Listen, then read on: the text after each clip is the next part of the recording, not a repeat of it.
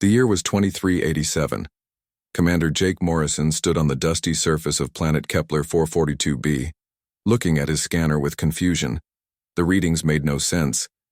Deep underground, something massive was waiting. "Lisa, come take a look at this," he called to Dr. Lisa Grant, the team's expert on alien ruins. She hurried over, her boots crunching on the rocky ground. "What do you have, Jake?" Lisa asked, wiping sweat from her forehead. The planet's two suns made the day unbearably hot. Metal signatures. Huge ones. About 2 miles down. Jake showed her the scanner display. "At first I thought they were natural formations, but look at these patterns." Lisa studied the screen carefully. Her eyes grew wide. "These aren't natural at all, Jake. These look like structures. Artificial structures." Captain Rick Barnes, their military escort from Earth Defense Command, walked over to join them. "What's got you two so excited?" "We might have found something big, Rick, really big." Jake pointed at the scanner. "There's something buried down there, something that shouldn't exist." The team had been on Kepler 442b for 3 weeks, searching for signs of an ancient alien civilization. The planet had been chosen because of strange energy readings detected by long-range sensors. So far they had found nothing but rocks and dust. "How big are we talking?" Rick asked, taking the scanner to look for himself. "Each structure is about 5 miles long and 2 miles wide," Lisa said, "and there are dozens of them, all arranged in some kind of pattern." Rick whistled softly. "That's bigger than anything we've ever built. Way bigger." Jake activated his communication device. "Base camp, this is Morrison. We need the deep scan equipment brought to our location immediately." Within hours, the team had set up powerful scanning devices that could see deep into the planet's crust. What they found changed everything. "My God," Lisa whispered, staring at the 3-dimensional image on their screen. "Jake, these aren't alien structures. Look at the design patterns, the hull configurations. These are human ships." "That's impossible," Rick said. "Humans have only been in space for about 300 years. These readings show the ships have been buried for at least 1,000 years." Jake studied the images more closely. The ships were unlike anything in the current human fleet. They were massive, heavily armored, and covered with weapon systems that he didn't recognize. Each ship was the size of a small city. "There are 47 ships down there," Lisa reported, counting the distinct shapes on the scanner. "They're arranged in a defensive formation like they were protecting something. Or preparing for a fight," Rick added grimly. Jake made the decision that would change human history. He activated the long-range communicator and contacted Earth Defense Command directly. "Earth Command, this is Commander Morrison on Kepler 442b. I need to speak with Admiral Clark immediately. Priority Alpha." Admiral Susan Clark's voice crackled through the communicator 20 minutes later. "Morrison, this better be good. You're interrupting a very important meeting." "Admiral, we've discovered what appears to be a buried human fleet. Ancient human ships more advanced than anything we currently have." There was a long silence. "Say that again, Commander." "We've found 47 human warships buried under this planet. They've been here for over 1,000 years, but they're using technology we don't have." "That's impossible, Morrison. Human spaceflight began in 2087. There were no human ships 1,000 years ago." "I know how it sounds, Admiral, but the evidence is right here. These are definitely human designs, but they're far more advanced than our current ships." "Admiral," Clark was quiet for several minutes. "Morrison, I'm sending the research vessel Horizon to your location with a full archaeological team and military support. You are to continue your investigation, but you are not to attempt any excavation until they arrive. Is that understood?" "Understood, Admiral. And Morrison, this information is classified at the highest level. No communication with anyone outside, your team or Earth Command." Over the next few days, Jake's team used every scanning device they had to learn more about the buried ships. What they discovered was both amazing and frightening. The ships were not just advanced, they were incredibly advanced. Their hulls were made from materials that human science had never seen. Their engines used power sources that seemed to bend the laws of physics. Their weapons were so powerful that a single ship could destroy an entire planet. "Jake, look at this," Lisa called from her workstation. I've been analyzing the energy readings from the ship's power cores. They're still active. What do you mean, still active? The ships still have power. After all this time, they're still running on standby mode. Rick looked up from his own analysis. That's not the strangest part. Look at these weapon signatures. Each ship has enough firepower to level a continent. The entire fleet could destroy multiple star systems. Jake felt a chill run down his spine. Why would humans build ships like this? And why were they buried here? Maybe they weren't buried on purpose, Lisa suggested. Maybe they crashed here during some kind of battle. No, Rick said, pointing at the formation pattern on his screen. Look at how they're positioned. This is deliberate. Someone arranged these ships in this formation and then buried them. But why? Jake asked. Maybe they were hiding them, Lisa said. Maybe they were saving them for something. The research vessel Horizon arrived 5 days later, bringing with it 50 scientists, a full military escort, and enough equipment to begin a proper excavation. Admiral Clark herself came with the ship. Show me what you found, she ordered. As soon as she stepped off the transport, Jake led her to the main scanning station. Admiral, we've identified 47 ships, all human design but using technology centuries ahead of ours. They're still powered and appear to be in perfect condition despite being buried for over a millennium. Admiral Clark studied the displays for a long time. Commander, what you've found here could change everything we know about human history. If these ships are really human, it means our ancestors were far more advanced than we ever imagined. There's more, Admiral, Lisa added. We've detected what appear to be cities buried alongside the ships. This wasn't just a fleet. It was an entire civilization. A civilization that possessed weapons capable of destroying stars, Rick added, quietly. Admiral Clark looked at the three of them seriously. Ladies and gentlemen, we are no longer conducting a simple archaeological dig. We are uncovering what may be humanity's greatest secret. And I have a feeling that secret is about to change our place in the galaxy forever. As the sun set over Kepler 442b, casting long shadows across the excavation site, none of them could imagine that their discovery would soon terrify civilizations across the entire galaxy. The buried human fleet was about to awaken, and with it memories of why the galaxy had once feared the name of humanity above all others. 3 months had passed since the discovery on Kepler 442b. The excavation site now looked like a small city, with dozens of research buildings and thousands of scientists working around the clock. Chief Engineer Pete Collins had been studying the buried ship's power systems for weeks, trying to understand how they worked. Jake, come look at this, Pete called from inside the excavation tunnel. He was standing next to a massive power core that had been partially uncovered. The core was the size of a building and hummed with strange energy. Commander Jake Morrison climbed down into the tunnel, followed by Dr. Lisa Grant and Captain Rick Barnes. The tunnel walls glowed with a soft blue light from the ship's hull. What have you found, Pete? Jake asked. This power core is still active after 1,000 years, but that's not the strangest part. Pete pointed to a control panel covered in strange symbols. I think I figured out how to access the ship's computer system. Are you sure that's safe? Rick asked nervously. We don't know what might happen if we activate anything. I've been running tests for days. The system is designed to respond to human touch. Pete placed his hand on a glowing panel. I think it's some kind of biometric scanner. The moment Pete's hand touched the panel, everything changed. The tunnel filled with bright light as the ship's systems came to life.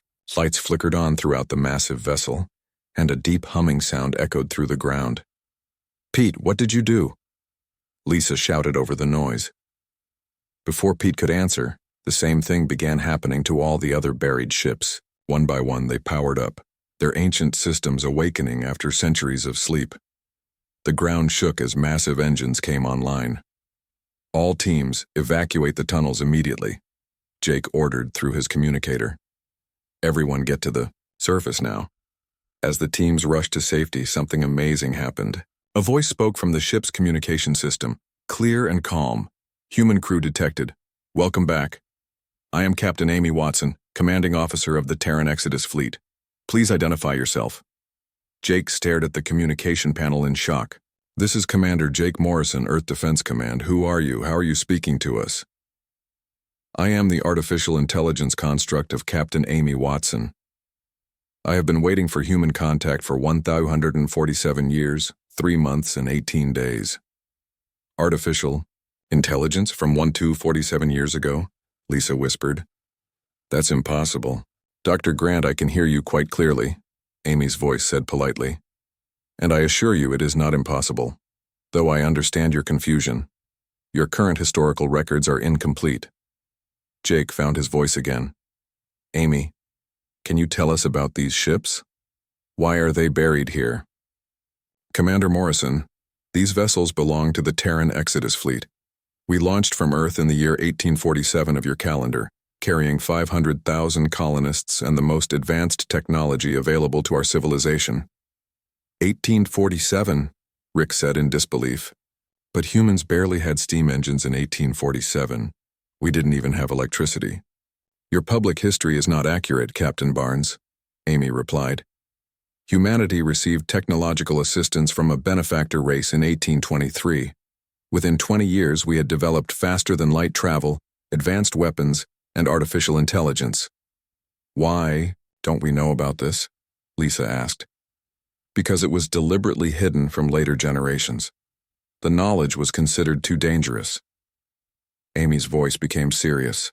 "The fleet was sent to establish colonies and prepare defenses against an approaching threat called the Devourers." "The Devourers?" Jake asked. "A race that consumed entire civilizations. They destroyed thousands of species across the galaxy. The Exodus fleet fought them here at this location. We sacrificed ourselves to stop them, burying both fleets underground to end the threat forever." As Amy spoke, something extraordinary was happening across the galaxy. The energy signatures. From the awakening, human ships were being detected by alien civilizations everywhere, and those civilizations were terrified. On the homeworld of the Zephyrian Empire, Emperor Thalo received an urgent report from his military commanders. "Your Majesty, the human ships are awakening," General Vex reported, his voice shaking with fear. "The energy signatures match historical records. It's the Terran Exodus fleet." Emperor Thalo's face went pale. "Are you certain?" "Yes, Your Majesty. There is no mistake. The humans are returning. Recall all our fleets immediately. Send word to every world in the Empire. We must prepare our defenses." Similar scenes were playing out across dozens of alien civilizations. The Cosmic Alliance held emergency meetings. The hegemony of worlds began evacuating their border colonies. Ancient races that hadn't been seen for centuries emerged from hiding, their governments in complete panic. Back on Kepler 442b, Jake and his team were unaware of the chaos they had unleashed across the galaxy. "Amy, why are alien civilizations afraid of these ships?" Jake asked. "Because, Commander, the Terran Exodus fleet didn't just fight the Devourers. We eliminated them completely, along with several other hostile species that threatened younger civilizations. Our reputation spread across the galaxy." "What kind of weapons do these ships have?" Rick asked nervously. "Each vessel carries enough firepower to destroy a star system, Captain. But more importantly, we were equipped with weapons designed to protect innocent life by eliminating existential threats with overwhelming force." Pete looked at the massive ship around them with new respect. "How many ships are in this fleet?" 47 combat vessels, each crewed by 10,000 personnel. We were the largest military force ever assembled by humanity." "Were? What happened to the crews?" Lisa asked quietly. Amy was silent for a moment. "They gave their lives to ensure the Devourers could never threaten the galaxy again. I am all that remains of their sacrifice." While they talked, the first alien ships began arriving. In the Kepler system, they came not as invaders but as diplomats carrying offers of peace, alliance, and in many cases immediate surrender. "Commander Morrison," Amy said, "I believe you should prepare for visitors. My sensors detect 247 alien vessels approaching. This planet and more are coming every hour." Jake looked at his team in amazement. "Amy, why are they coming here?" "Because, Commander, the galaxy remembers the power of the Terran Exodus fleet. and they are terrified that humanity has returned to reclaim its position as the most feared military force in known space. As Jake looked up at the sky, he could see the first alien ships entering the planet's atmosphere. Humanity was about to learn that they had once been the most powerful species in the galaxy, and everyone else remembered it perfectly. Dr. Karen Phillips arrived on Kepler 442b 2 weeks after the ships awakened.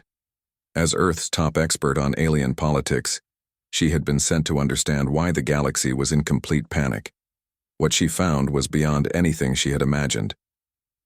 "Commander Morrison, we have a problem," Karen said as she reviewed the latest reports. 17 different alien governments have offered to surrender to Earth without any fighting.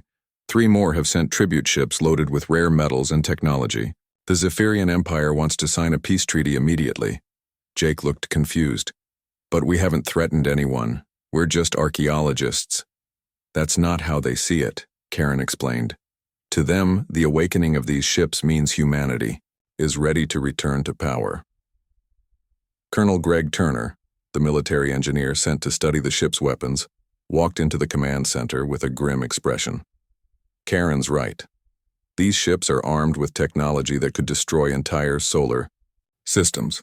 Each weapon system is more powerful than anything in our current fleet." "Show me," Jake said.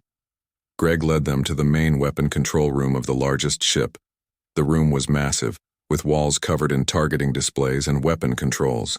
Amy Watson's holographic form appeared beside them. "This is the primary weapons bay," Amy explained. "Each ship carries plasma cannons capable of cracking planets, shield generators that can protect entire star systems, and something we called reality disruptors." "Reality disruptors?" Karen asked nervously. "Weapons that can erase matter from existence itself.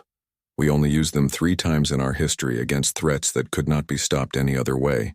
Greg studied the weapon controls with growing alarm. "Amy, how many civilizations did the Exodus fleet fight?"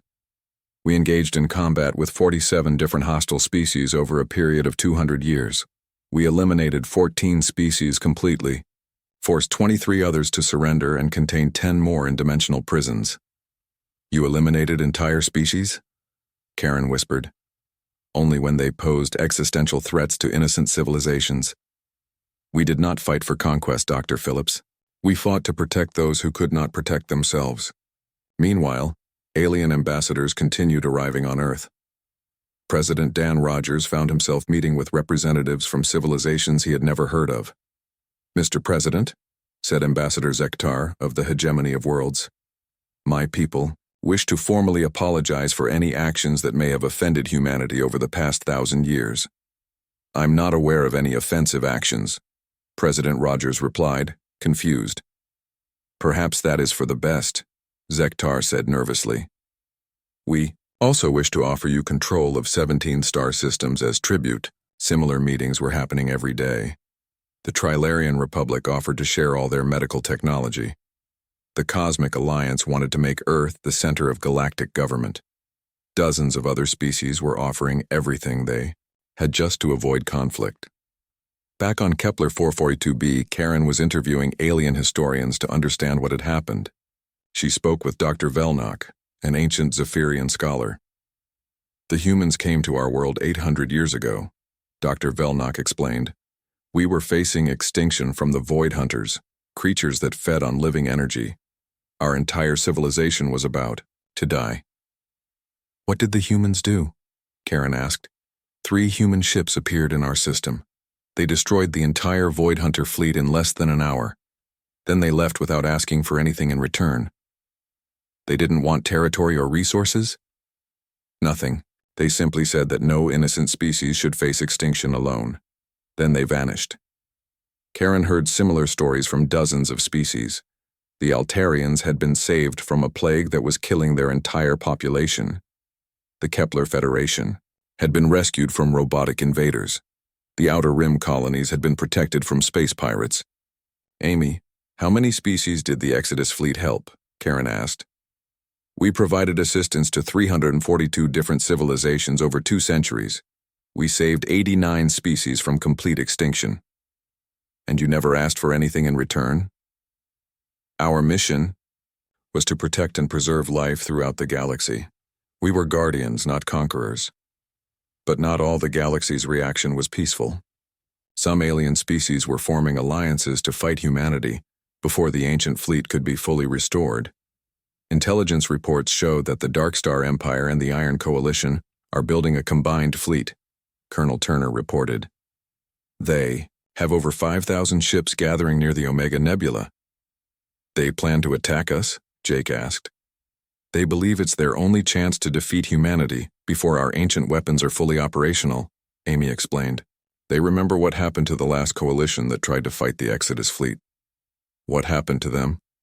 We defeated 10,000 enemy ships with just 12 of our vessels. The battle lasted 4 hours. The news got worse. More aggressive species were joining the hostile coalition. The Ravager clans, the Machine Collective, and others were contributing ships and resources. How many ships are they gathering now? President Rogers asked during an emergency meeting with Earth's military leaders. Current estimates show 15,000 hostile vessels, Admiral Clark reported. If they attack together, even our modern fleet won't be able to stop them. What about the ancient ships? Can we use them?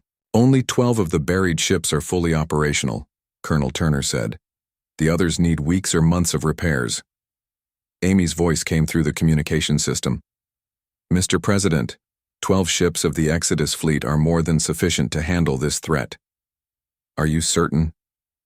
Mr. President, the largest fleet we ever faced contained 50,000 ships. We destroyed them completely with 8 vessels. Your enemies do not understand what they are facing. As the hostile coalition continued to grow, something unexpected happened. Other alien species began offering to help defend Earth and the excavation site. The Trilarian Republic is sending their entire fleet to help us, Admiral Clark reported. So are the Zephyrians, the Hegemony of Worlds, and 43 other civilizations. Why are they helping us? President Rogers asked. Because they remember what the galaxy was like before the Exodus fleet protected everyone, Karen explained. They know that if humanity falls, the aggressive species will start conquering everyone else. The galaxy was dividing into 2 sides, those who wanted humanity's protection to return, and those who feared it. The peaceful species remembered being saved by human ships. The aggressive species remembered being defeated by them. Mr. President, Amy said during a final briefing, the hostile coalition is almost ready to attack. They have 18,000 ships now. They will strike within days. Are we ready? President Rogers asked. The 12 operational ships of the Exodus fleet are prepared for combat. But Mr. President, once we fight, there is no going back. The galaxy will know that humanity has returned to its role as guardian and protector. As enemy fleets moved toward Earth and Kepler 442b, humanity stood at a crossroads. They could try to hide their ancient power and hope the threat would pass, or they could embrace their forgotten legacy and remind the galaxy why humanity was once the most respected and feared name among the stars. The choice would define not just humanity's future, but the future of every species in the galaxy. Captain Ben Foster stood on the bridge of the ancient flagship, watching as enemy ships filled the view screen. The hostile coalition had arrived with 18,000 vessels, the largest fleet ever assembled against humanity. But Ben wasn't afraid. He had Amy Watson's artificial intelligence guiding him, and 11 other ancient human ships at his side. Enemy fleet detected, Amy announced calmly. Coalition forces include ships from the Dark Star Empire, Iron Coalition, Ravager clans, and 43 other aggressive species. How long until they reach firing range? Ben asked. 12 minutes, Captain Foster. Behind the enemy fleet, something beautiful was happening. Ships from peaceful alien civilizations were arriving to help defend humanity. The Trilarians brought 500 vessels. The Zephyrians sent their entire battle fleet. Dozens of other species came to stand with Earth. Amy, are our allied ships safe at this distance? Ben asked. Yes, Captain, but they will not be needed. 12 ships of the Exodus fleet are sufficient for this engagement. On Earth, President Dan Rogers watched the battle preparations from the Military Command Center. Admiral Susan Clark stood beside him, both knowing that the next few hours would determine humanity's place in the galaxy forever. "Mr. President, the enemy fleet is demanding our surrender," Admiral Clark reported. "They want us to shut down the ancient ships and submit to coalition rule." "What's our response?" President Rogers asked. Amy's voice came through the speakers. "Mr. President, may I suggest a response?" "Go ahead, Amy." "Tell them that humanity does not surrender to those who threaten innocent life." President Rogers smiled. "Send that message exactly as Amy stated it." Back on the flagship, Ben watched as the enemy fleet moved into attack formation. The coalition ships were large and heavily armed, but they looked primitive compared to the ancient human vessels. "Captain Foster," came a transmission from the enemy flagship. "This is Admiral Vakthor of the Darkstar Empire. Surrender now and your deaths will be quick." Ben activated the communication system. "This is Captain Ben Foster of the Terran Exodus Fleet. You have threatened peaceful civilizations and innocent life. Withdraw now or face the consequences." Admiral Vakthor laughed. 12 ancient ships against 18,000 modern vessels. You humans are even more foolish than we remembered. "Amy, show them what they're facing," Ben said quietly. Amy activated the ship's weapon systems. Immediately, energy readings across the battlefield went completely off the scale. The ancient human ships began to glow with power that made nearby stars look dim. "Impossible," whispered Admiral Vakthor as his sensors detected the energy levels. "No ship can generate that much power." "You have 30 seconds to withdraw," Ben announced. "This is your final warning." The coalition fleet opened fire instead. Thousands of energy beams and missiles flew toward the 12 human ships. Ben watched calmly as the attacks approached. "Shields activated," Amy announced. The enemy weapons struck the human ships and simply disappeared. The ancient shields absorbed every attack without even flickering. The human ships hadn't moved or returned fire yet. "How is that possible?" Admiral Vakthor demanded. "Our weapons should have destroyed those ships." "Amy, show them the difference between protection and destruction," Ben said. What happened next became legend throughout the galaxy. The 12 human ships began their counterattack. But instead of simply destroying the enemy fleet, they did something far more impressive. Energy beams shot out from the human ships, but these weren't normal weapons. Each beam wrapped around enemy vessels, holding them in place without damaging them. Within minutes, all 18,000 coalition ships were trapped in energy fields, unable to move or fire. "This is impossible," Admiral Vakthor shouted. "Release our ships." "Admiral," Amy's voice came across all communication channels. "You are experiencing what we call containment fields. Your ships are unharmed, but they cannot move or fire weapons." Dr. Rachel Stone, watching from the research station, was amazed. "Amy, I thought these were weapons of war, but you're not destroying them." Dr. Stone, the Exodus fleet learned long ago that the greatest strength is not in destroying enemies, but in protecting innocence. "We can remove threats without causing unnecessary death." President Rogers was watching the battle with amazement. "Amy, can you hold all those ships indefinitely?" "Yes, Mr. President.